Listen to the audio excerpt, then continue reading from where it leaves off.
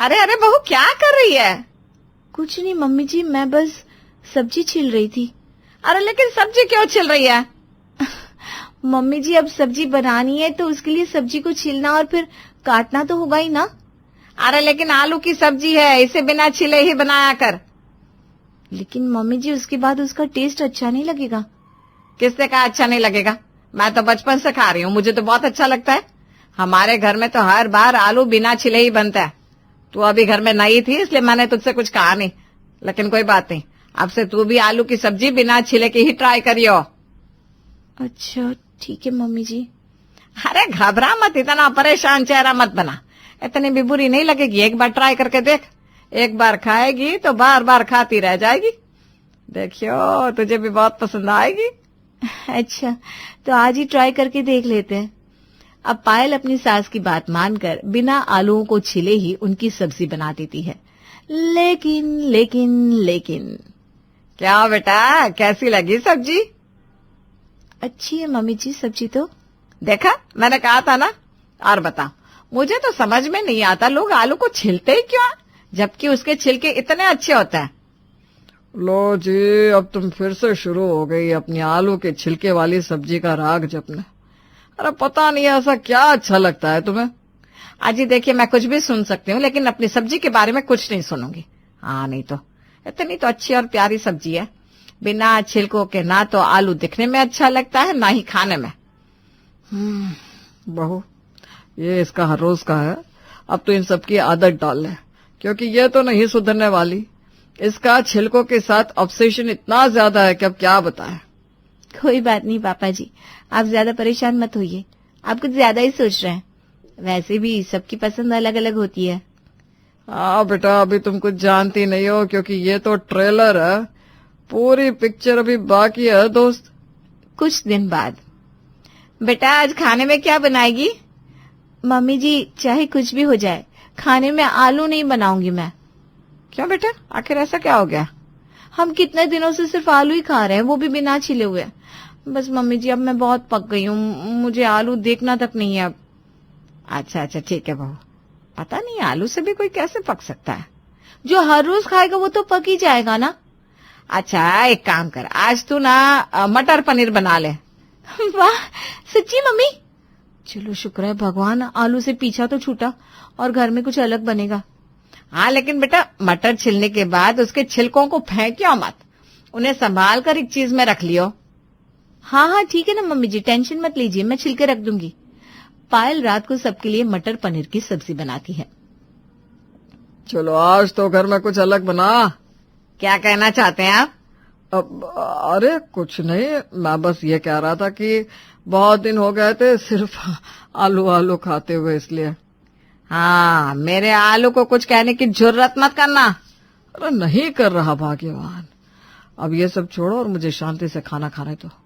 अरे तो मैंने कब खाना खाने से रोका, खाइए ना। अरे बस करिए आप लोग, टेबल पर आते ही लड़ना शुरू कर देते हैं। हम यहाँ खाना खाने आते हैं कि लड़ने? सब खाना खाते हैं। वाकई तुमने ना बहुत स्वादिष्ट खाना बनाया। ओ बेटा, आज तो सब्जी बहुत ही स्वादिष्ट बनी थी, सच में मजा आ गया।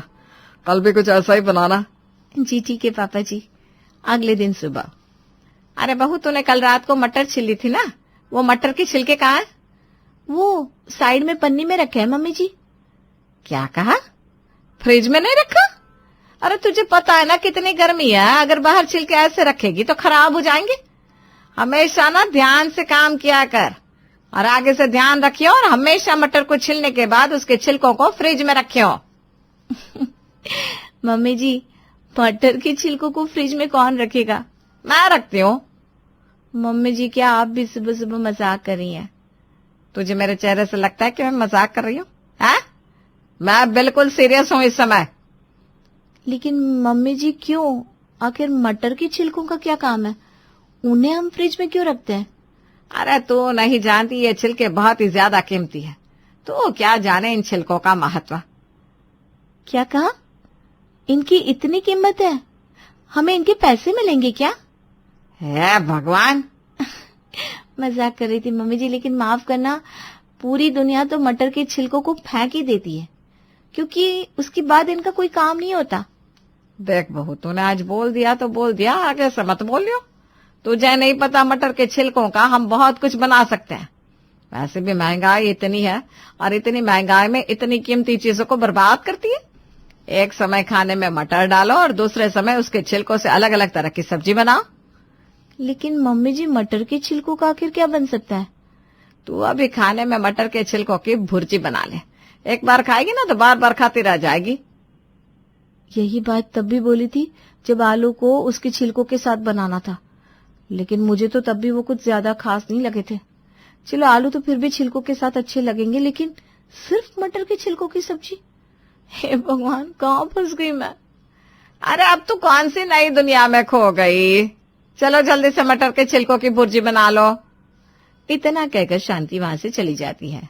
अब बेचारी पायल, जो बहुत ही बड़ी कश्मकश में फंस गई थी, क्योंकि अभी वो घर में नई थी, इसलिए वो शांति को किसी भी बात के लिए डायरेक्ट मना नहीं करती थी। अब इसी वजह से पायल को शांति के कहे अनुसार वो काम करना ही पड़ता है। अब मैं क्या करूं? मुझे तो कुछ भी नहीं पता कि मटर के छिलकों का क्या बनेगा और कैसे बनेगा। कोई बात नहीं, जैसे बाकी भुर्जी बनाती हूँ वैसे ही इसकी भी बना देती हूँ।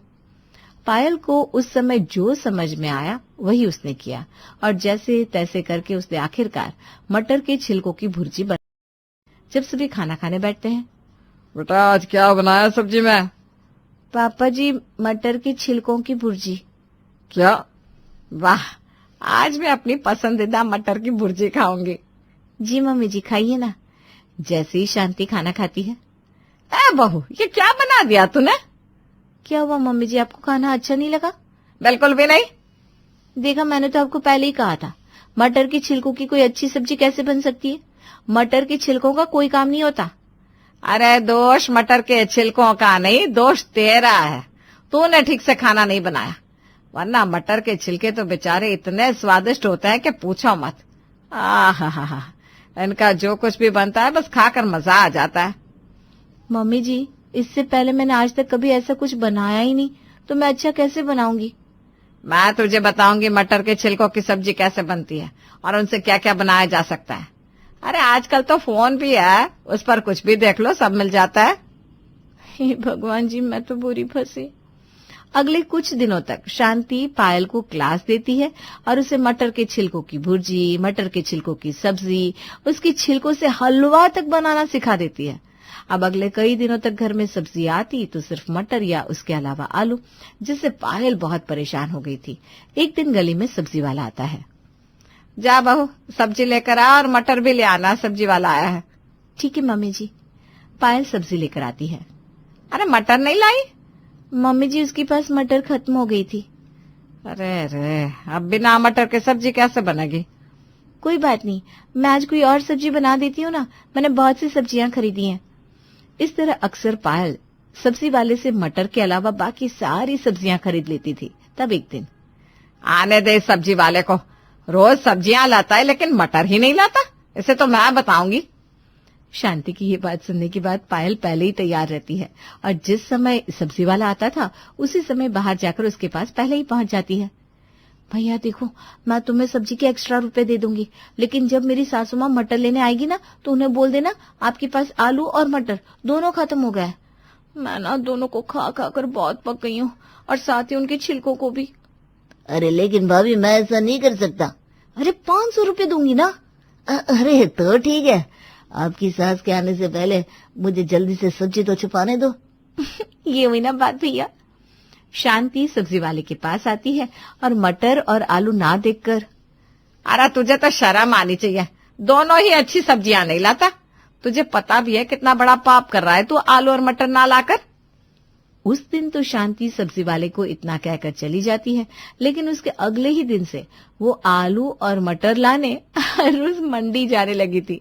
पायल की इतनी कोशिश के बाद भी वो आलू और मटर से बच न सकी। और फिर एक दिन पायल अपने कमरे में, अरे तुझे अपना क्या हाल बताऊं, सुबह आलू मटर बनती है लेकिन उसमें भी आलू छिलके वाले होते हैं, और रात को बनती है मटर की छिलकों की भुर्जी या उसकी सब्जी। बस इसके अलावा तो मुझे यहाँ कुछ नजर ही नहीं आता। अरे बहुत परेशान हो गई हूँ मैं। अरे यार, क्या अलग ही सीन है। मैं यहाँ इतनी बड़ी मुसीबत में फंसी हूँ और तुझे मेरी हालत देखकर मुझ पर हंसी आ रही है। वाह रे, क्या जमाना है, कैसी दगाबाज दोस्त है तू। अरे नहीं नहीं नहीं, मुझे तुझ पर हंसी नहीं आ रही, मैं बस ऐसे ही हंस रही थी। हाँ रहने दे बस अपने बहाने, तुझे क्या, परेशान तो मैं हूं ना। अब देख रात को फिर से ना मटर के छिलकों का ही कुछ बनाना होगा। अरे इतना जुल्म क्यों सहती है, छिलकों को फेंक दिया कर या कभी गाय को खिला दिया कर और बोल देना मैं भूल गई थी। क्योंकि ऐसी तो तेरा इन छिलकों से छुटकारा मिलना बहुत मुश्किल है। अब तो तुझे ही कुछ करना होगा। हाँ बिल्कुल सही कहा, मुझे ना कोई एक्शन लेना होगा, वरना पूरी जिंदगी छिलकों को खाते खाते ही गुजर जाएगी। फिर भला मेरा फायदा क्या मनुष्य शरीर में पैदा होने का, इससे तो अच्छा गाय ही बन जाती, तब कम से कम छिलकों को खाने में बुरा तो नहीं लगता। सही कहा, सही कहा। हाँ उड़ा ले मजाक, हंस ले जितना हंसना है। चल बहुत हुआ। बस उसी वक्त पायल ने ठान लिया कि वो मटर के छिलकों को नहीं खाएगी और ना ही उनका कुछ बनाएगी।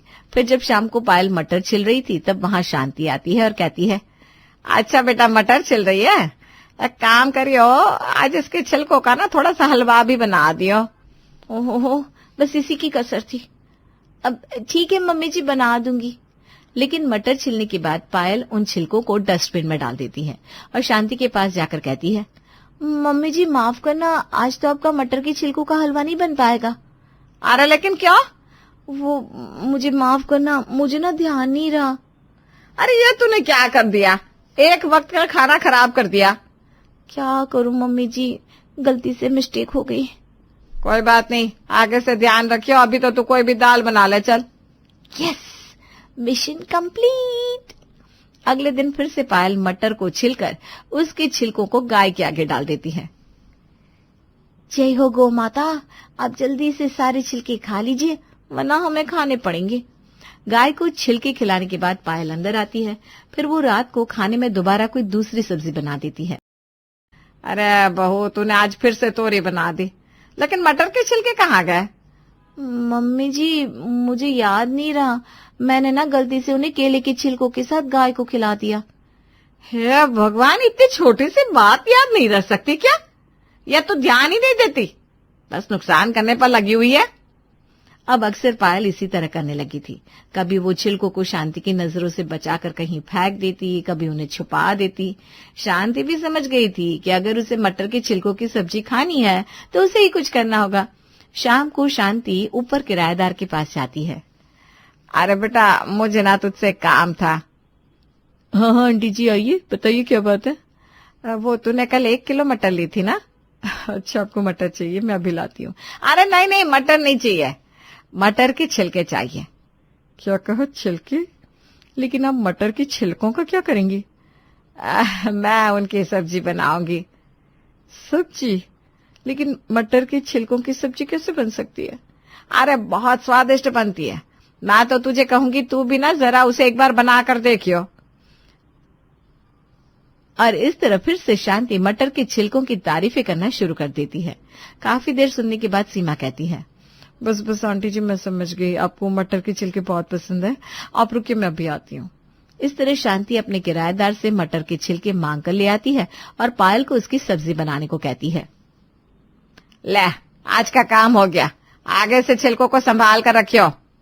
मटर के छिलके पायल को सौंपने के बाद शांति वहां से चली जाती है।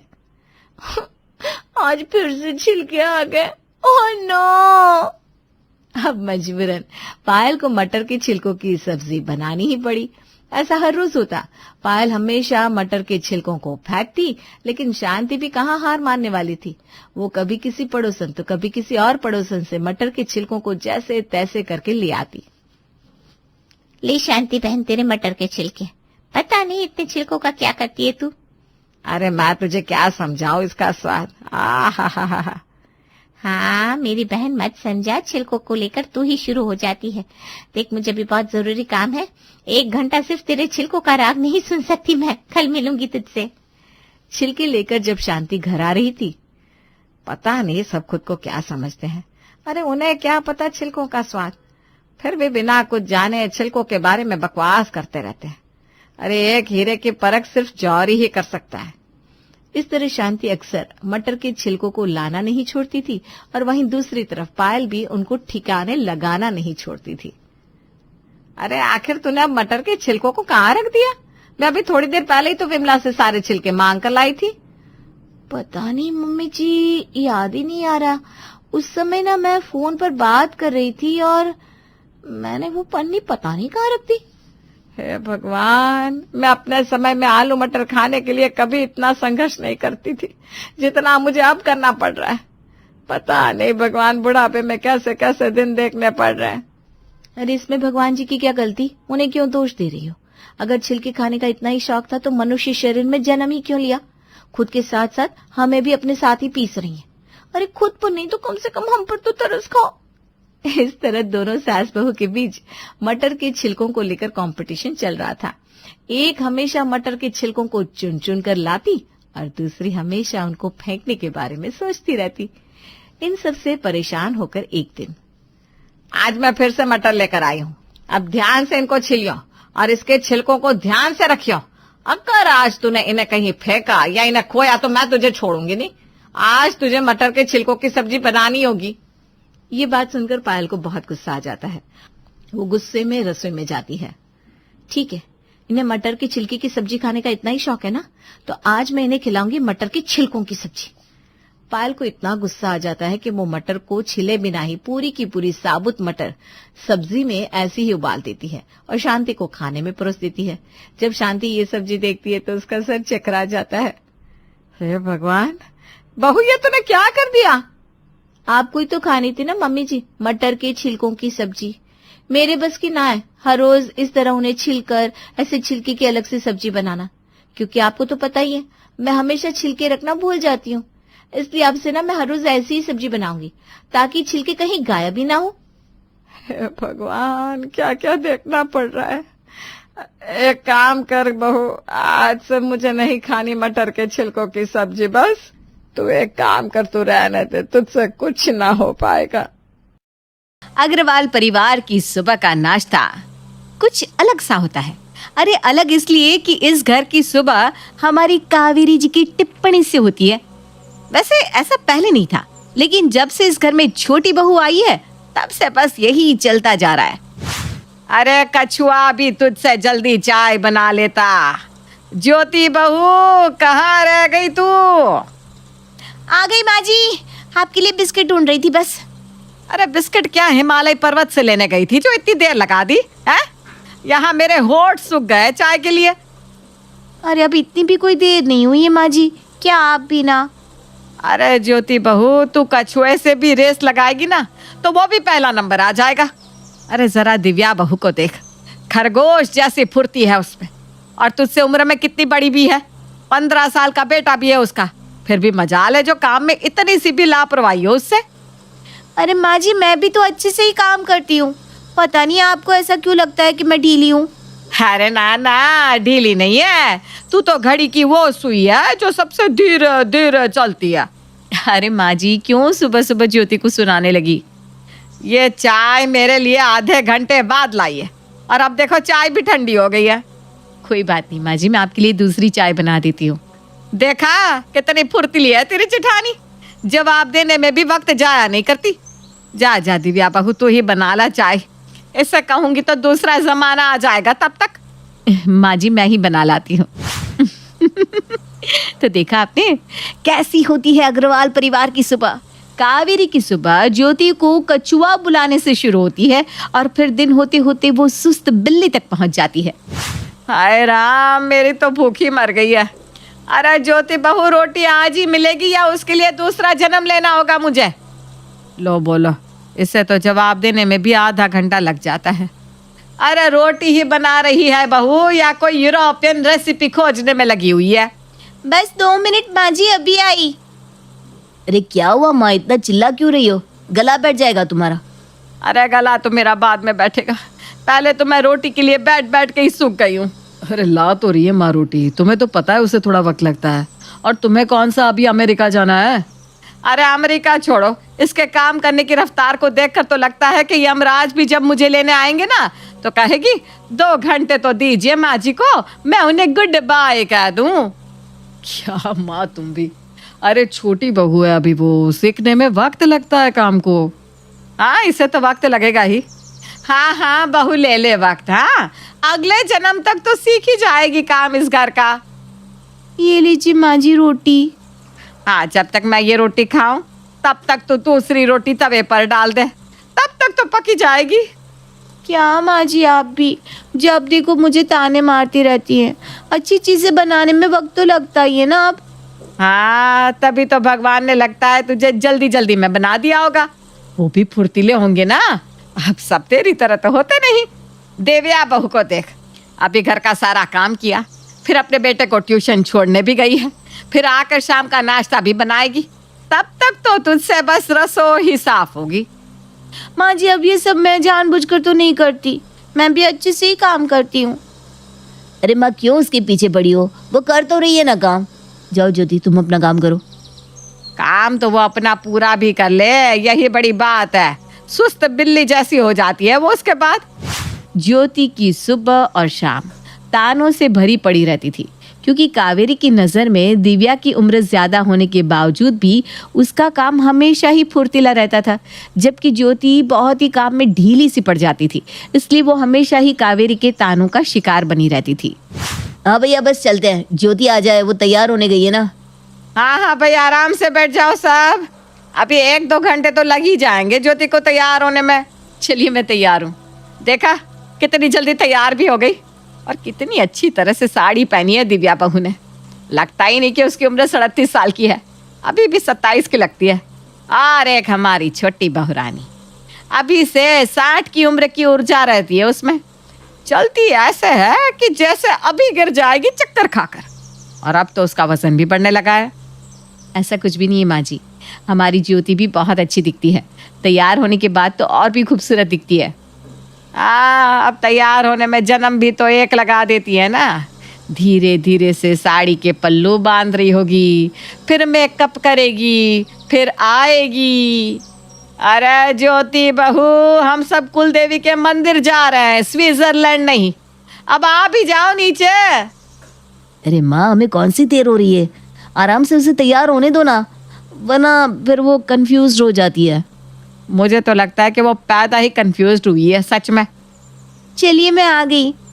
चलो चलो, अब पहले ही देर हो गई है। दिव्या बहू, कुल देवी की पूजा तू ही करना। पता चला कि ज्योति बहू आधे घंटे तक तो सिर्फ दीपक ही जलाती रह जाएगी।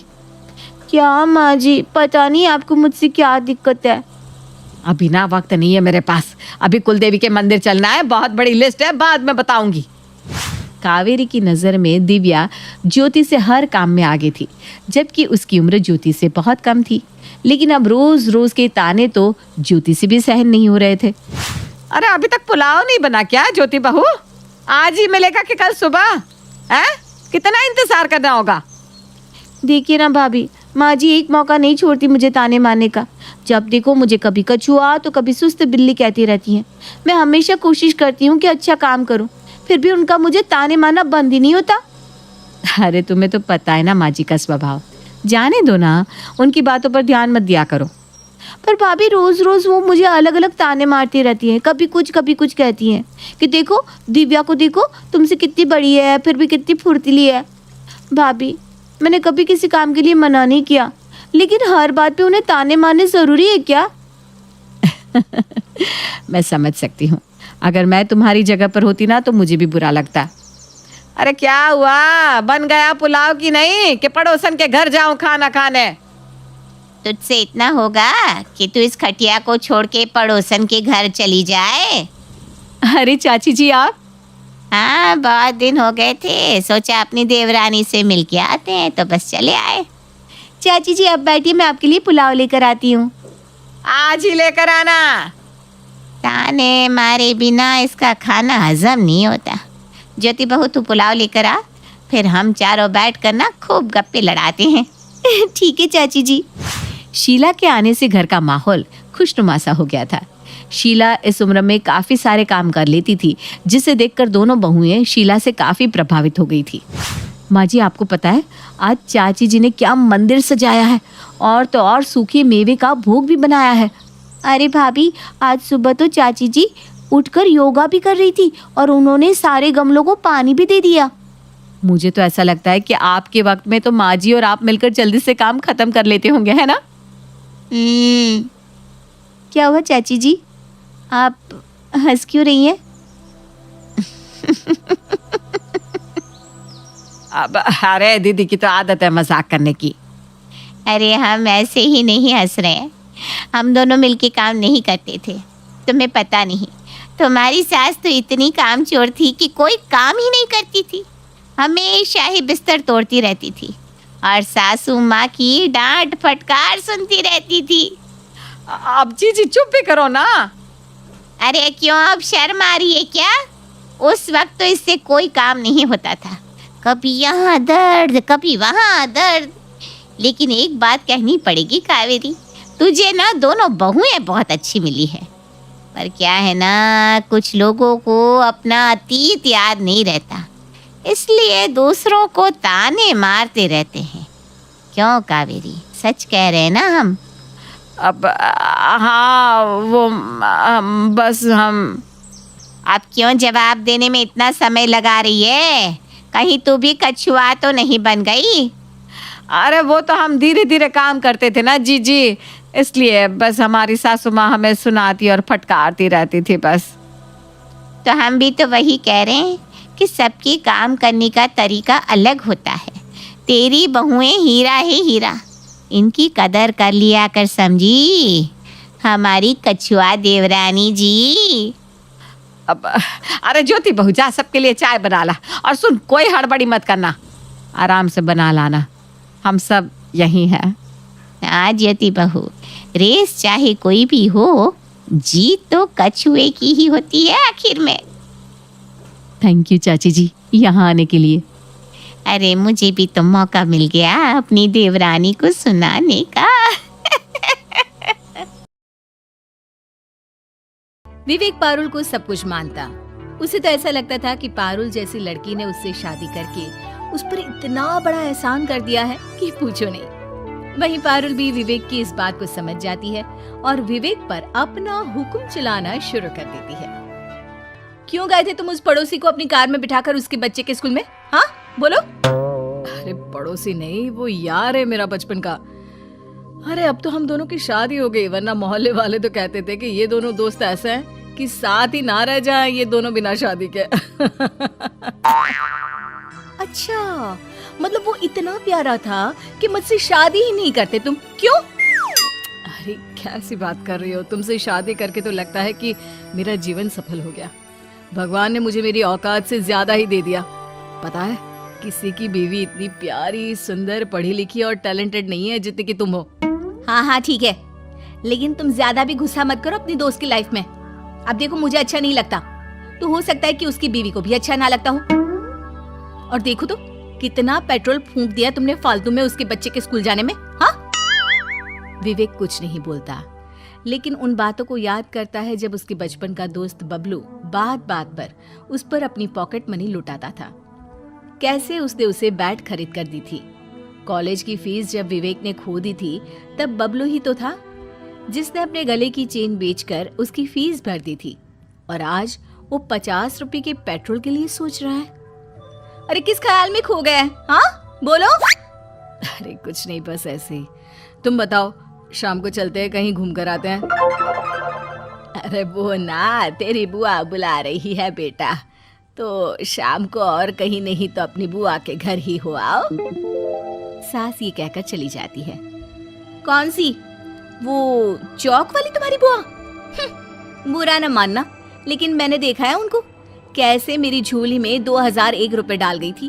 पूरा परिवार आया था, 1000 रुपए थाली का भी हिसाब लगाओ तो 4000 होते हैं, और दिया क्या 2000? मैं तो ना जाऊं, पता चले मिठाई भी ले जाऊं और फिर इन लोगों का घर आना जाना शुरू हो जाए। अरे बुआ ने तो माँ को पहले ही पैसे दिए थे, 50,000 कपड़े लेने के लिए। वो तो खाली हाथ मुंह नहीं देखना था, इसलिए 2000 ऊपर से दे दिए। अरे ये क्या बात होती है यार? मेरी माँ ने और मौसी ने तुम्हें याद है कितने दिए थे? याद है? बोलो ना। हाँ 100 रुपए, उसी से तो हम लोगों ने पानी की बोतल ले ली थी। वैसे छोड़ो ना यार, ये सब क्या बात कर रहे हैं हम लोग। अच्छा, जहाँ तुम बोलो वहीं चलते हैं बस। उसी मोहल्ले में पारुल की दूर की चाची की बेटी की बुआ सास रहती थी। पारुल विवेक को लेकर वहां चली जाती है। पारुल, ये मोहल्ला तो बुआ का ही है, वो देख लेंगे तो बुरा लग जाएगा, जल्दी चलो। अरे चल रहे हैं ना, लेकिन शादी के बाद पहली दफा आ रहे हैं तो जरा मिठाई वाले के पास से मिठाई तो ले लो। विवेक मिठाई ले रहा होता है कि सामने बुआ आ जाती है। अरे विवेक, तू तो आज शहर में नहीं था, झूठ बोलता है, शर्म नहीं आती? बचपन से पाला था तुझे, आज से तेरा मेरा रिश्ता खत्म। विवेक को बहुत बुरा लगता है, वो रोने लगता है, लेकिन बुआ वहां से चली जाती है। अरे कहाँ रह गए थे, चलो ना जल्दी। और हाँ, महंगी वाली मिठाई ली है ना? अरे क्या हो गया, मुंह ऐसे लटका हुआ क्यों है? सब ठीक तो है ना? मिठाई की दुकान में बुआ मिल गई थी, पता नहीं क्या सोच रही होंगी। अरे छोड़ो ना, सोचने दो, क्या करना है, चलो जल्दी। अगले दिन मोहल्ले में बबलू विवेक से मिलता है। अरे विवेक, सुनना, चल कहीं घूम कर आते यार, बहुत बोर सा फील हो रहा है। हाँ यार, मेरा भी मन कर रहा है, बस हाथ में अच्छी सी कोल्ड ड्रिंक की बोतल हो और सिर्फ मैं और तू पुराने दिन को याद करते हैं। अच्छा चल, फिर मैं चेंज करके आता हूँ, तू भी आ जा जल्दी से, ठीक है? विवेक कमरे में आता है, लेकिन उसे डर लगता है कि कहीं पारुल उसे मना ना कर दे। पहले तो वो सोचता है कि वो पारुल को बिना बताए ही निकल जाएगा, लेकिन फिर पारुल, मैं बबलू के साथ जरा काम से जा रहा हूँ, शाम तक आ जाऊंगा।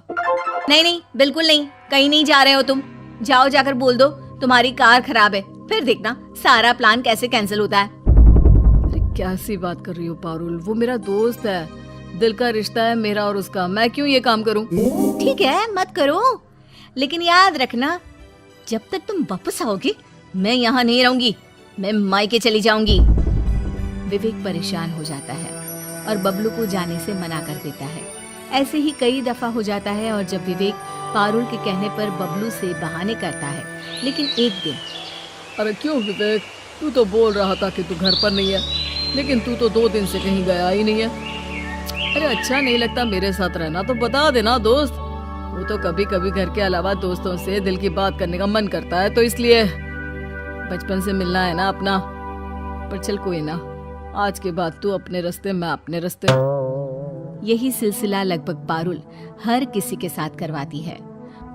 खुद तो दूर दूर के रिश्तेदारों से भी रिश्ता निभाती, लेकिन विवेक के सगे संबंधी से लेकर सगे भाई बहन और माँ के सामने भी विवेक को बुरा बना दिया।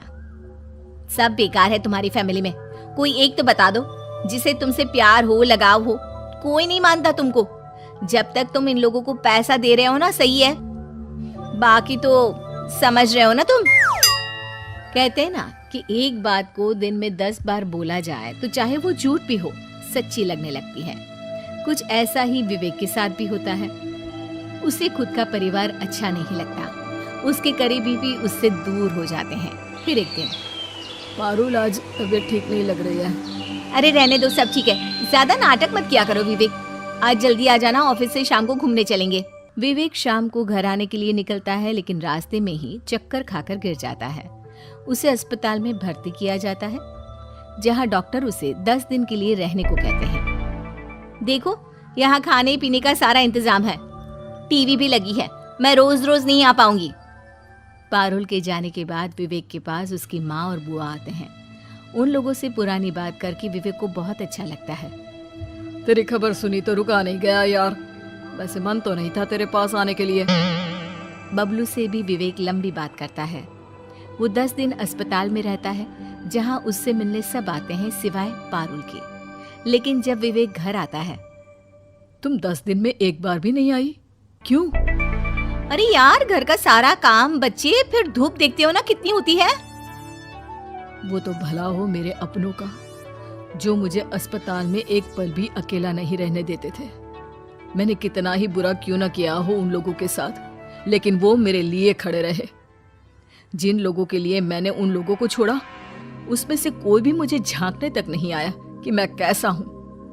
मैंने फैसला कर लिया है पारुल, अगर तुम्हें मेरे साथ रहना है तो उन रिश्तों की कदर करनी होगी जो मुझसे जुड़े हैं, वैसे ही जैसे मैं तुम्हारे रिश्तों की कदर करता हूं। वरना मायके कब जाना है बता देना। नीलम अपने 2 बेटों चंदन और मोहन के साथ रहा करती थी। उसके पति राजहंस का देहांत बहुत जल्दी हो जाने के कारण घर की सारी जिम्मेदारी नीलम के ऊपर आ गई थी। पति द्वारा छोड़ी गई किराने की दुकान को चलाकर और लोगों के घरों में काम करके उसने अपना और अपने बच्चों का पेट पाला था। मुझसे जितना बन पड़ता था मैंने कर लिया, पर अब मेरी उम्र हो गई है, इसलिए बेटा तू शादी कर ले। पर माँ, अभी तक तो मुझे जॉब ही नहीं मिली। अरे जॉब के इंतजार में रहेगा तब तो उम्र गुजर जाएगी। और वैसे भी तेरे पिता की दुकान जो अब तक मैं संभाल रही थी, वो अब तुझे ही तो संभालनी है बेटा। नीलम पहले अपने बड़े बेटे चंदन की शादी करवाती है और उसके कुछ समय बाद वो अपने छोटे बेटे मोहन की भी शादी करवाकर जिम्मेदारियों से मुक्त हो जाती है। उसने अपने जीवन में बहुत संघर्ष और मेहनत की थी। अब वो बस आराम करना चाहती थी। अब बस उस दुकान को चलाना तुम दोनों का काम है और घर को संभालना तुम्हारी पत्नियों का। हाँ माँ, आप चिंता ना करो, आपने हमारे लिए बहुत कुछ किया है, अब आपको कुछ भी करने की जरूरत नहीं है। बिल्कुल माँ, अब हम बड़े हो गए हैं और अब हम आपको कोई तकलीफ नहीं होने देंगे। नीलम भी ये सब सुनकर बहुत खुश होती है।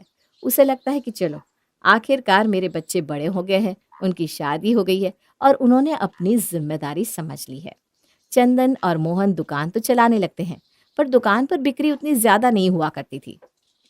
मुझे तो समझ में नहीं आता कि माँ ने ये दुकान चलाकर हम लोगों को कैसे पाला होगा। ये दुकान तो कोई खास चलती ही नहीं है। अच्छी नहीं चलती है, तभी तो माँ को लोगों के घरों में काम भी करना पड़ता था। अगर सिर्फ दुकान से खर्चा निकल जाता तो वो क्यों किसी और के घर में काम करने जाती। हाँ, बात तो आपकी सही है भैया, लेकिन उस समय तो हम 3 ही लोग थे, अब तो हम 5 लोग हैं। ऐसे कैसे चल पाएगा? अगर इस दुकान से ढंग की कमाई नहीं हुई तब तो दिक्कत हो जाएगी। हाँ मोहन, मुझे भी इसी बात की चिंता है। रिया भी गर्भवती है, कुछ दिन में हमारे परिवार में एक और सदस्य जुड़ जाएगा। दुकान की कमाई वही थी, पर परिवार का साइज बढ़ चुका था, इसलिए उन लोगों को चिंता हो रही थी कि वो आगे का खर्च कैसे चलाएंगे। कुछ महीने यूं ही गुजर जाते हैं और फिर चंदन की बेटी होती है जिसका नाम वो लोग लक्ष्मी रखते हैं। तुम लोग बहुत परेशान थे ना कि दुकान नहीं चल रही है, तो लो भगवान ने तुम्हें लक्ष्मी दे दी। देखना, इसके भाग्य से सब कुछ ठीक हो जाएगा। हाँ माँ जी, आपने बिल्कुल सही कहा। मैं भगवान से यही प्रार्थना कर रही थी कि हे भगवान मुझे बेटी देना, और उसने मेरी सुन ली। काश कि आप लोग जैसा कह रहे हो वैसा ही हो। अरे आप चिंता न करिए जेठ जी, बेटी होना एक शुभ संकेत है। अब बस आप देखते जाइए कैसे आप लोगों की दिन दुनी रात चौगुनी तरक्की होती है। आप लोगों के मुंह में घी शक्कर। सिर्फ कहने से काम नहीं चलेगा। घर में लक्ष्मी आई है, सबका मुंह मीठा करा। जा, फौरन भाग कर बाजार जा और मिठाई लेकर आ। मोहन बाजार जाता है और मिठाई लाकर सबका मुंह मीठा कराता है।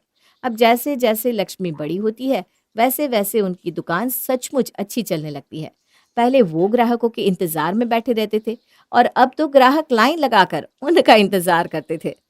भैया, माँ की बात तो एकदम सच निकली। लक्ष्मी के आने से सचमुच हमारे घर में लक्ष्मी माता आ गई है। देखो हमारी दुकान कितनी अच्छी चल रही है। हाँ, और इसीलिए ना मुझे तुझसे एक बात करनी थी।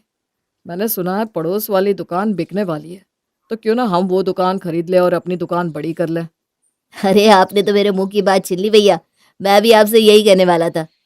वो दोनों अपनी पड़ोस वाली दुकान भी खरीद लेते हैं और बीच की दीवार हटाकर अपनी दुकान को एक बड़े जनरल स्टोर में बदल देते हैं। लगभग 6-7 महीने तो सही निकले, लेकिन उसके बाद उन दोनों के बीच में एक तनाव शुरू हो गया। भैया, इस महीने के हिसाब में मुझे कुछ गड़बड़ लग रही है। क्यों, क्या हुआ? हिसाब तो आधा आधा होना चाहिए था, पर इस बार मेरे हिस्से में कुछ कम पैसे आए हैं। अरे कम आया नहीं है, मैंने कम दिया है। अरे पर क्यों? क्योंकि मैंने सोचा है अब से दुकान का जो भी प्रॉफिट होगा उसमें हमारा 40 और 60% का हिस्सा होगा।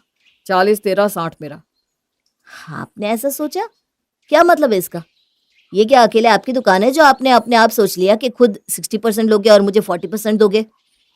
अरे 60% लेने के रीजन है मेरे पास। क्या रीजन है, जरा मैं भी तो सुनूं। सबसे पहली बात तो मैं बड़ा हूँ।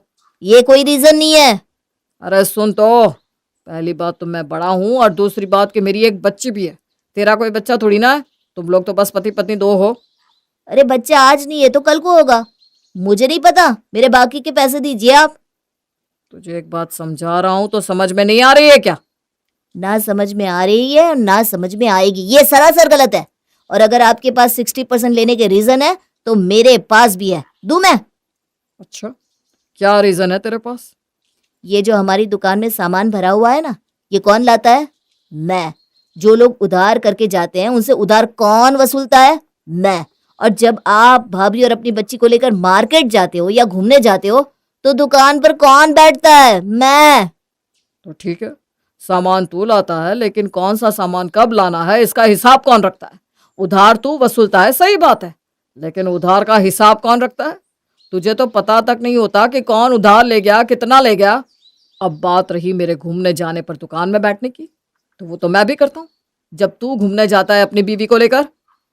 अच्छा, आपके रीजन रीजन है और मेरे रीजन फालतू है। जो बात थी वो मैंने तुझे बता दी, किसी से भी जाकर पूछ ले। हम 3 लोग हैं परिवार में और तुम 2 लोग हो, तो मुझे ज्यादा पैसे मिलने चाहिए। मुझे नहीं पता, मुझे मेरे पूरे पैसे चाहिए। उन दोनों के आपस में काफी देर बहस होती है, लेकिन कोई हल नहीं निकलता। अब वो लोग घर पहुंचते हैं और अपनी अपनी पत्नियों को भी ये बात बताते हैं। मैं तो जेठ जी को बड़ा सीधा समझती थी, ये तो बहुत टेढ़े निकले। देखो ना प्रीति, कैसे गलत बात कर रहा है। खुद 60% रख रहा है और मुझे 40 दे रहे हैं।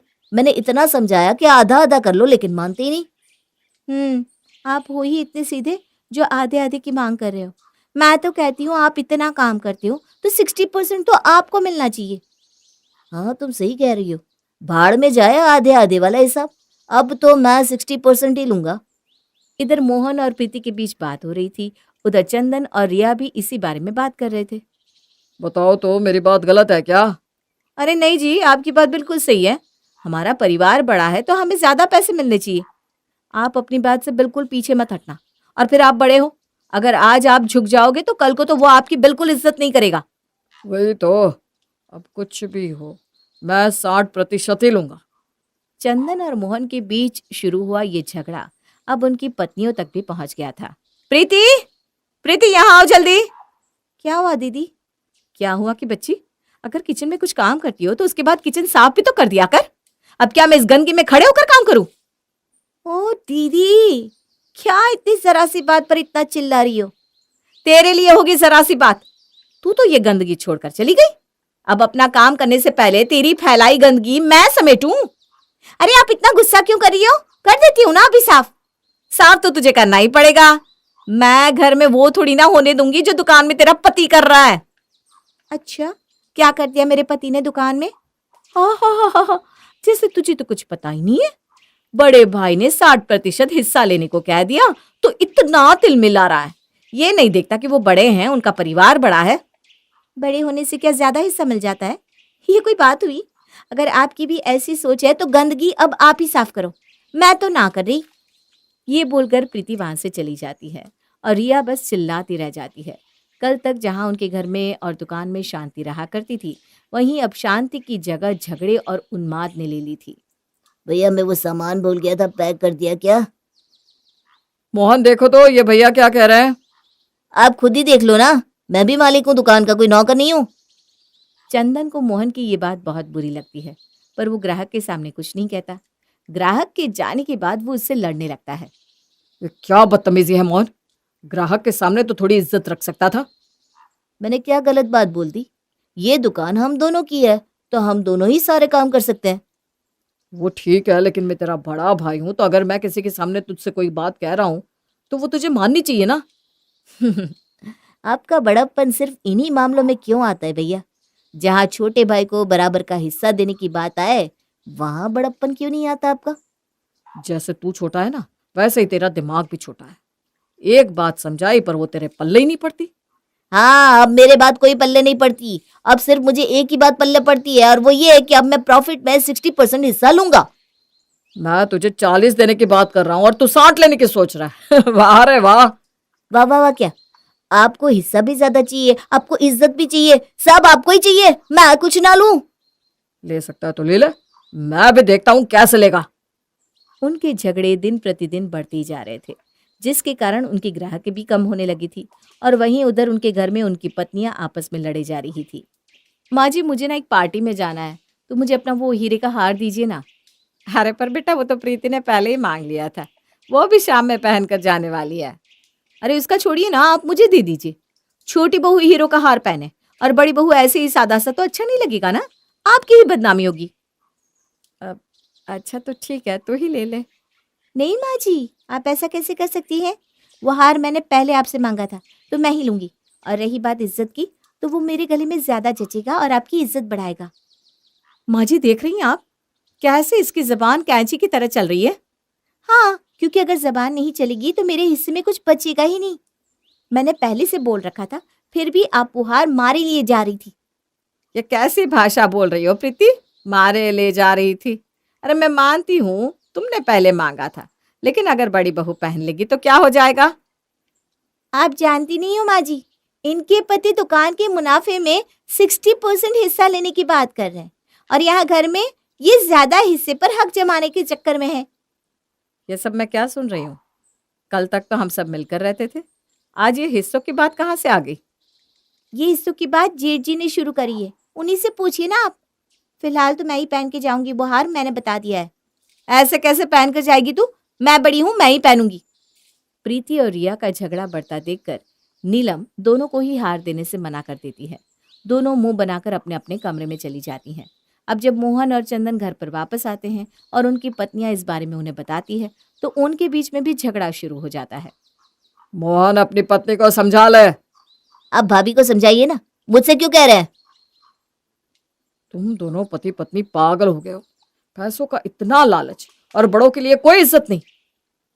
60% हड़पने की शुरुआत आपने करी थी भैया, और लालच हमें है। उसे हड़पना नहीं कहते, हक लेना कहते हैं। ज्यादा मिलना मेरा हक है क्योंकि मैं बड़ा हूं। जैसे कि तुम्हारी भाभी बड़ी है, उन्हें वो माँ का हीरे का हार मिलना चाहिए था, पर तुम्हारी पति ने सब खराब कर दिया।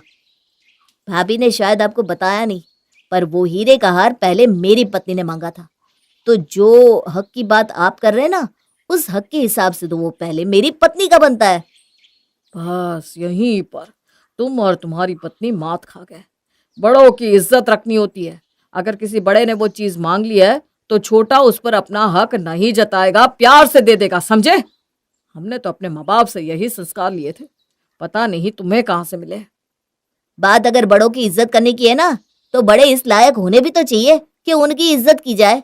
और दूसरी बात संस्कारों की, तो संस्कार मैंने भी वहीं से लिए हैं जहां से आपने लिए, और मैंने वहीं से ये भी सीखा है कि अपने हक के लिए आवाज उठानी चाहिए। अरे बस करो तुम दोनों। बहू, तुम दोनों खड़ी खड़ी तमाशा देख रही हो। तुमसे ये नहीं हो रहा कि अपने पतियों को रोको? तुम्हें अच्छा लग रहा है कि घर में कलेश हो? पर माँ जी, पर क्या माँ जी, उस समय तो तुम बहुत बड़े होने का राग आलाप रही थी। तो बड़ा होना क्या बस ये होता है कि अपना हक ले लो? घर में शांति बनाए रखना, सबको साथ लेकर चलना, ये किसके काम है?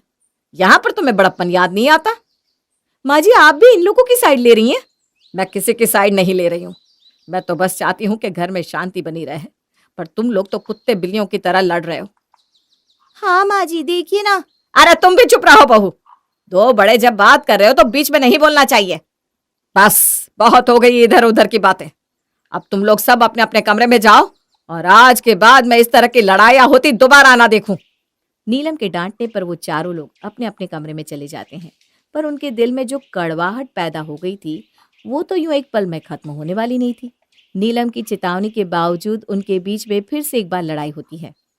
बड़ी चालाक हो आप, खुद बस चावल बना लेती हो और रोटी का जिम्मा मेरे ऊपर डाल देती हो, क्योंकि पता है ना रोटी के साथ सब्जी भी बननी है। 10 घंटे का काम है। कुछ भी बकवास मत बको। जब तुम नहीं आई थी तब तक रोटी सब्जी सब मैं अकेले ही बनाया करती थी। शुक्र मनाओ कि अब भी मैं चावल बना लेती हूँ। शुक्र क्यों मनाऊं? काम है तो करना ही पड़ेगा ना। मैं तो कहती हूँ अब से आप रोटी सब्जी बनाना। अब क्या तेरा हुक्म मानूंगी मैं? मान लोगी तो मर नहीं जाओगी। प्रीति, तुम्हें जरा भी तमीज नहीं है अपनी जेठानी से बात करने की? देखिए ना, वहां दुकान में देवर जी सब हड़पने में लगे हैं और यहाँ ये। भाभी, सोच समझ कर बोलिए। ये आपके पति है जिनके अंदर लालच का कीड़ा पनपा था पहले। इससे अच्छा तो तब था जब दुकान नहीं चलती थी। दुकान चलना कब शुरू हुई? मेरी लक्ष्मी के आने के बाद। वो ना होती तो ये तरक्की हुई ना होती। ये ले, एक और रीजन मिल गया मुझे ज्यादा हिस्सा मिलने का। हाँ हाँ, ढूंढते रहो रीजन। पर मिलने वाला कुछ नहीं है आपको। बस करो, बहुत हो गया। तुम लोग शायद भूल रहे हो कि ये दुकान और ये घर दोनों ही मेरे नाम है। मैं अगर चाहूं तो तुम दोनों में से किसी को कुछ नहीं मिलेगा। इतने समय से मैं सोच रही थी कि अब सब ठीक हो जाए, अब सब ठीक हो जाए, लेकिन नहीं, तुम लोग सुधरने वाले नहीं हो। इसीलिए मैंने एक वसीयत बनाई है। लो चंदन, पढ़ो इसको। चंदन वसीयत पढ़ता है तो उसमें लिखा होता है कि दुकान और घर उन दोनों के बीच आधा आधा बांट दिया गया है। यहाँ तक कि नीलम के जो गहने होते हैं वो भी उनमें आधे आधे बांट देती है। मैं इस पर साइन करूंगी और यह वसीयत आधिकारिक हो जाएगी। पर उससे पहले कान खोल कर सुनो। मैं बूढ़ी हो चुकी हूँ, पता नहीं कब भगवान मुझे अपने पास बुला ले। इसलिए मुझे मेरे आखिरी समय में अपने हंसते खेलते परिवार के साथ समय गुजार लेने दो। छोड़ दो ये झगड़ा, मेरे बाद ये सब तुम्हारा ही तो है। ये सुनकर चारों भावुक हो जाते हैं और नीलम के पैरों में गिर पड़ते हैं। नीलम उनको उठाती है और गले लगाती है। वो सब नीलम से माफ़ी मांगते हैं। फिर नीलम उस वसीयत पर साइन कर देती है और वो सब खुशी खुशी रहने लगते हैं। रानो और रिया यूं तो देवरानी जेठानी थी, पर दोनों में सगी बहनों जैसा प्यार था। दोनों ही बड़े अच्छे स्वभाव की थी और उतने ही अच्छे उनमें संस्कार भी थे। ये ले रानो, बाहर चाय रखा, माँ के चाय का वक्त हो गया है ना। चीनी एक बार देख लेती हूँ, कम नहीं होनी चाहिए वरना माँ जी बेकार में नाराज हो जाएंगी। तू बेफिक्र रह रानो, मैंने चीनी 2 चम्मच ज्यादा ही डाली है। रानो हॉल में जाकर अपनी सास को चाय पकड़ाती है और वहीं नीचे बैठकर उनके पैर दबाने लगती है। जीती रह बहू, जीती रह। हो गया, अब ऊपर आकर बैठ जा। बहुत आशीर्वाद ले लिया अपनी सास से। जा, अब देखो मेरी सेवा ही करती रहती है। जा रिया को बुला ला और 2 कप चाय लेती आना। तीनों सास बहू साथ में पियेंगे तभी तो मजा आएगा। तभी 2 कप चाय लिए रिया वहां आ पहुंचती है। आ गई माँ जी, मुझे पता था हमारे बिना आप चाय नहीं पियेंगी। संतोषी अपनी बहुओं को बहू नहीं बेटी मानती थी और उसकी बहुएं भी उसे माँ की तरह ही प्यार करती थी।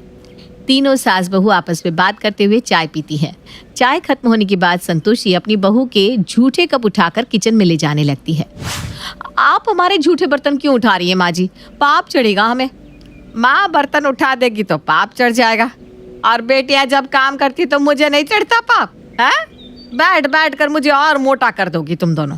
मैं आटा गूंद देती हूँ और कुछ सब्जियां काट देती हूँ, बाकी जो काम बचेगा वो तुम दोनों कर लेना। ऐसा खुशहाल परिवार था संतोषी का। बहुएं बेटियों की तरह और बेटे तो श्रवण कुमार थे। संतोषी के बस मुंह से कोई बात निकलने की देरी होती थी और दोनों बेटे उसे पूरा करने में लग जाते थे। इसी तरह प्यार से संतोषी का परिवार चल रहा था। पर समय अपना रुख बदलते देर नहीं करता।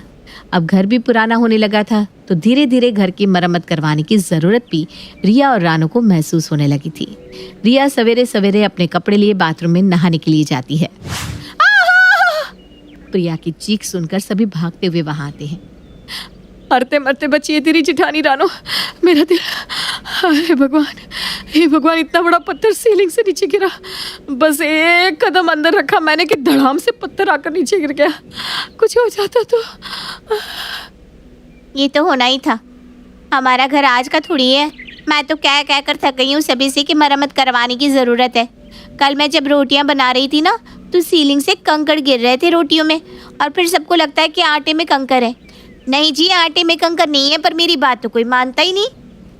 अब तो जान का जोखिम हो गया है ये घर। आप जरा घर की मरम्मत कराने की सोचिए ना। सदियों से इसी घर में रह रहे हैं हम, आज तक किसी को कुछ नहीं हुआ, और आज से कैसे कुछ हो जाएगा? तुम भी ना रिया छोटी सी बात का बतंगड़ बना देती हो। उतना बड़ा पत्थर भी नहीं है, छोटा सा कंकर ही तो है। ये 1 हाथ जितना बड़ा पत्थर, ये कंकर लग रहा है आपको? अब आपकी आंखों के सामने ही प्रत्यक्ष कुछ देखकर भी नजरअंदाजी करना है तो मैं क्या बोलूं फिर? सभी को वो बड़ा सा पत्थर दिख रहा था, पर ना कमल कुछ बोला ना गौतम, और घर की सबसे बड़ी और अपनी बहुओं की प्यारी संतोषी तो कुछ भी ना बोली। घर का कोई भी सदस्य इस वाक्य पर ध्यान नहीं देता और सभी अपने अपने कामों में लग जाते हैं। इसी तरह दिन बीत जाता है और रात को सभी डाइनिंग टेबल पर बैठकर खाना खा रहे होते हैं कि तभी रानो जिस कुर्सी पर बैठी हुई थी वो टूट जाती है और रानो धड़ाम से जमीन पर गिर जाती है। माँ बचाइए! अरे कैसे गिर गई रानो तुम? वजन बढ़ गया है छुटकी का। क्या आप भी मजाक कर रहे हैं? कुर्सी का एक पैर टूटा हुआ है, कितने दिनों से बदलवाने को कह रही हूँ मैं, पर आप तो ध्यान ही नहीं दे रहे मेरी बात पर। मेरी पत्नी हो तुम और इतना भी नहीं समझ पाई मुझे?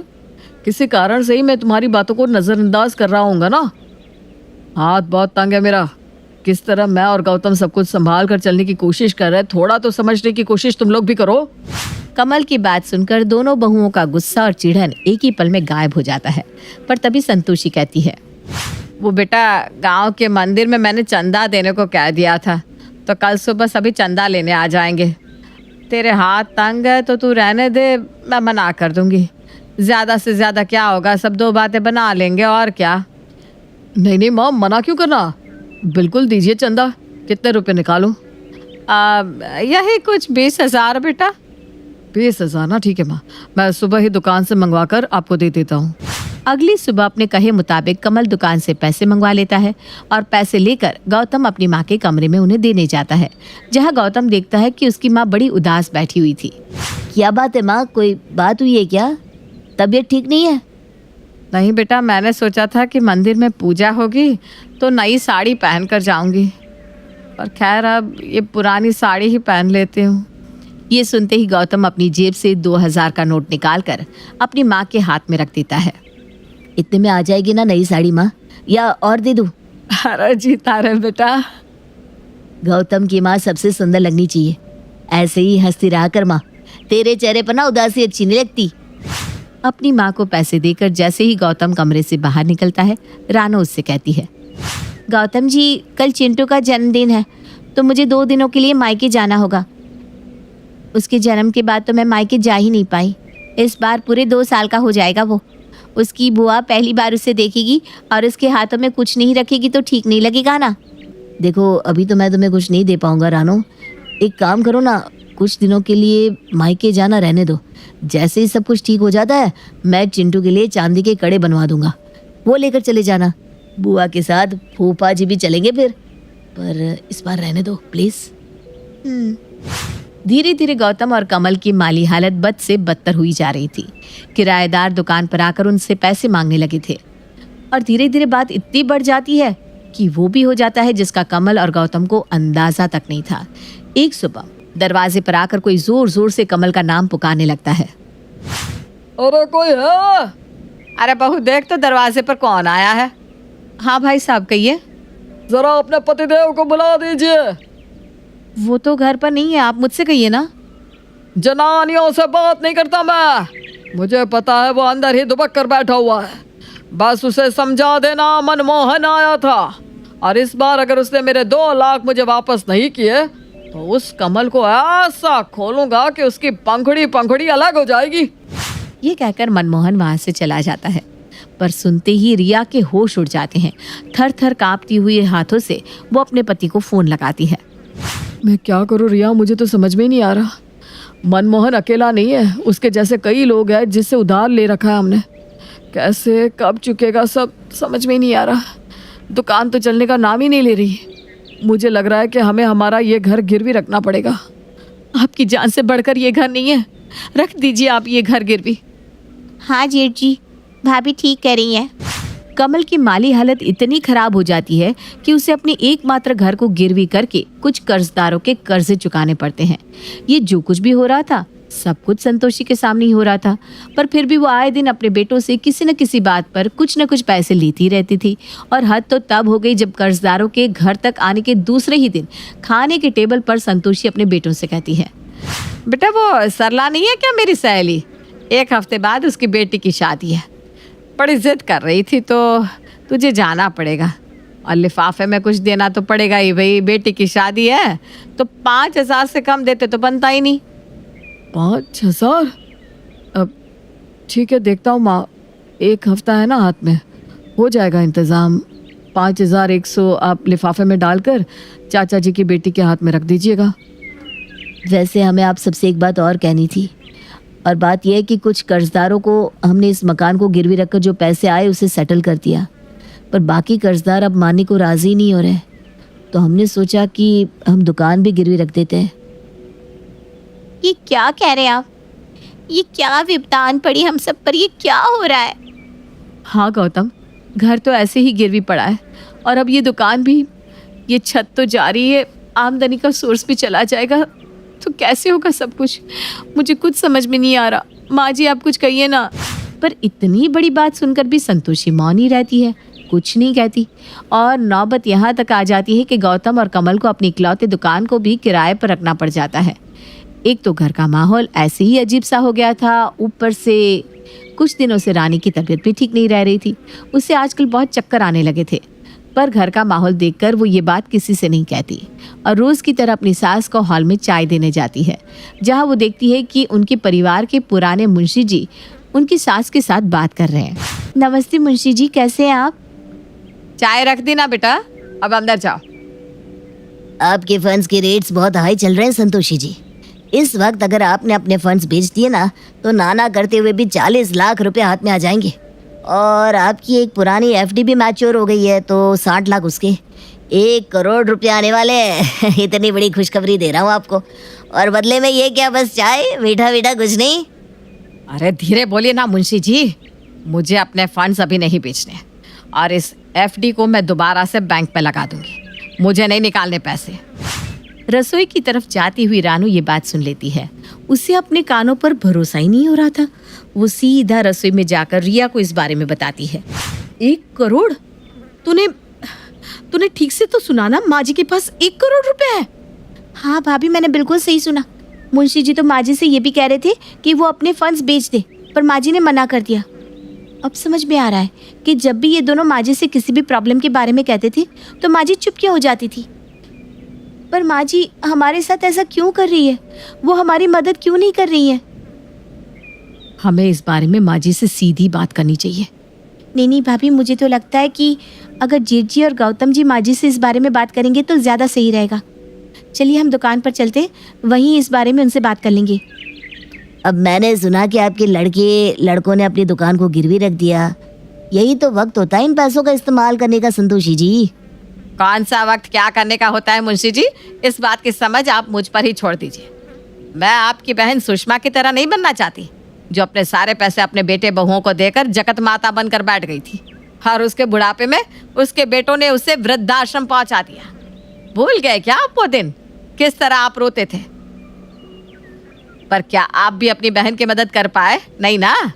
ये पैसे मेरे हैं और मेरे बच्चों पर जो भी विपदा आई वो उनकी किस्मत है, उन्हें खुद ही लड़ना होगा अपनी किस्मत से। रिया और रानू फौरन अपने दुकान पहुंच जाती है, जहां जाकर गौतम और कमल को इस बारे में बताती है। होश में तो हो तुम दोनों, क्या कुछ भी बकवास कर रही हो? जरा से दिक्कत आई नहीं कि इस तरह दिमाग काम करने लगा तुम दोनों का। अरे भाई, कहाँ से आएंगे माँ के पास पैसे?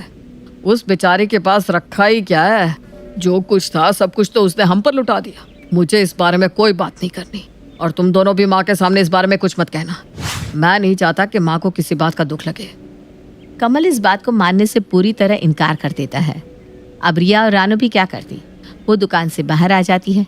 पर यह बात गौतम को कहीं ना कहीं सच लगती है और वो कमल से कहता है, हो सकता है भैया रानू की बात सच हो।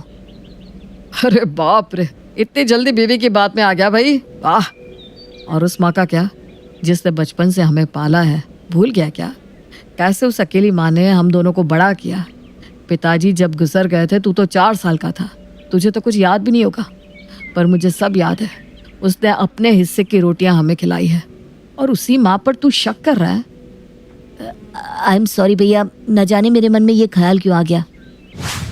कमल और गौतम इस बात को पूरी तरह अपने दिमाग से निकाल देते हैं। रानू और रिया भी इस बात को भूलने के लिए मजबूर थी। सभी इस बात को छोड़कर वापस से पहले की तरह जिंदगी जीने की कोशिश करने लगते हैं। तभी एक दिन रानू रसोई में काम करती हुई बेहोश होकर गिर जाती है। हड़बड़ी में उसे अस्पताल ले जाया जाता है। डॉक्टर बताते हैं कि रानू माँ बनने वाली है। आपको पता कैसे नहीं चला कि आप 4 महीने प्रेग्नेंट हैं और इस हाल में आप इतना स्ट्रेस ले रही हैं? आज गिरने से आपके पेट में पल रहे बच्चे को बहुत नुकसान हुआ है, इसलिए हमें एक ऑपरेशन करना होगा जिसका खर्च कुछ 4-5 लाख रुपए का होगा। तो आप रिसेप्शन पर पैसे सबमिट करवा दीजिए। ऑपरेशन जितना जल्दी हो जाए उतना ही अच्छा है। तू टेंशन मत ले गौतम, मैं कहीं ना कहीं से पैसे जुगाड़ करके ले आऊंगा। हमारे घर का वारिस है रानू के अंदर, उसे कुछ होने थोड़ी ना दूंगा मैं। बाजार में शायद ही कोई बाकी था जिससे कमल और गौतम ने कर्ज ना लेकर रखा हो, तो अब वो कर्ज मांगते भी किससे? और ऐसे में कमल अपने मामा को फोन करता है। क्या इतनी बड़ी बात हो गई तो संतोषी ने तुम लोगों की मदद क्यों नहीं की? पर माँ हमारी मदद कैसे करेगी मामा जी? तुझे इस बारे में पता नहीं या तू जानबूझकर अनजान बनने की कोशिश कर रहा है कमल? संतोषी के पास तो 60 लाख की एफडी पड़ी है जो अब तक मैच्योर भी हो गई होगी, और ना भी हुई हो तो बच्चों पर इतनी बड़ी आपदा आए तो ऐसे में ये एफडी ही तो काम आती है। ऊपर से उसके पास कुछ म्यूचुअल फंड भी पड़े हैं, उसे भी बेच सकती है। अपने मामा के मुंह से इस बात को सुनकर गौतम को विश्वास हो जाता है कि रिया और रानो ने जो भी सुना था बिल्कुल सच था। अपने बच्चे की जान बचाने के लिए गौतम भागता हुआ अपनी माँ के पास आता है और उनसे पैसे मांगता है। प्लीज माँ, वो म्यूचुअल फंड बेच दीजिए ना माँ, मेरा बच्चा बच जाएगा। अरे गौतम, तुम मामा जी की बातों में कैसे आ गया? माँ के पास पैसे होते तो माँ कब का हमें दे चुकी होती, है ना माँ? कहिए ना माँ, मामा जी जो कह रहे थे वो झूठ था ना? पर संतोषी कैसे कह देती कि वो झूठ है, क्योंकि वो तो झूठ था ही नहीं। और संतोषी की नजरें झुक जाती है। कमल की आंखों पर पड़ा अपनी माँ के लिए प्रेम का पर्दा उसी वक्त हट जाता है। गौतम, माँ से कुछ नहीं पूछेगा तो मैं माँ को उनकी नजरों में गिरता हुआ नहीं देख सकता। चल बाहर। संतोष अस्पताल में 5,000 लेकर पहुंचता है और रानू का ऑपरेशन करवा लेता है। अगली सुबह तक रानू डिस्चार्ज भी हो जाती है। पर सच को जाने के बाद अब किसी में भी संतोषी के साथ रहने की हिम्मत नहीं रह जाती। सभी अपना सामान पैक कर घर से निकलने लगते हैं। तभी संतोष अपनी बहन से कहता है, तुझे अंदाजा भी है संतोषी ये तूने क्या किया? अरे जो सुषमा के साथ हुआ जरूरी नहीं कि वो तेरे साथ भी हो। सुषमा के बच्चे तो पहले से ही मतलबी थे और तेरे बेटे तो श्रवण है श्रवण। उन दोनों ने तेरे शौक पूरे किए, वो भी उस वक्त जब उनकी खुद की ज़रूरतें तक पूरी नहीं हो पा रही थी। सबकी कहानी एक से नहीं होती बहना। अरे तेरे बुढ़ापे में तेरे पास पैसा रह जाएगा और बच्चे ही नहीं रहेंगे तो क्या करेगी इस जीवन का तू? जा रोक ले उन्हें, मांग ले माफी उनसे। हे भगवान, ये मुझसे क्या हो गया? एक सांस में भागती हुई संतोषी अपने बच्चों के सामने जाकर खड़ी हो जाती है। कहाँ जा रहे हो तुम? किसी ने पूछा मुझसे? कमल, ये ले मेरे म्यूचुअल फंड के पेपर, मैंने साइन कर दिया इन पर, जाकर अभी इन्हें बेच दे। और गौतम, मेरी एफडी में जो पैसे हैं उससे इस घर और दुकान को बचा ले। बात पैसे की कभी थी ही नहीं माँ, बात तो सच और झूठ की थी। छोटे थे ना तुम दोनों तो बहुत गलतियां करते थे और मैं हमेशा नजरअंदाज कर देती थी। एक बार मेरी भी गलती नजरअंदाज कर दो, बुढ़ापा है ना, सठिया गई थी। संतोषी इतनी भाग्यशाली थी कि उसके बच्चे तो उसके पैसों से नहीं बस उसी से प्यार करते थे। और अपनी माँ की ये बात सुनकर उसके बेटे बहू उसके गले लग जाते हैं और संतोषी का परिवार फिर से खुशहाल हो जाता है।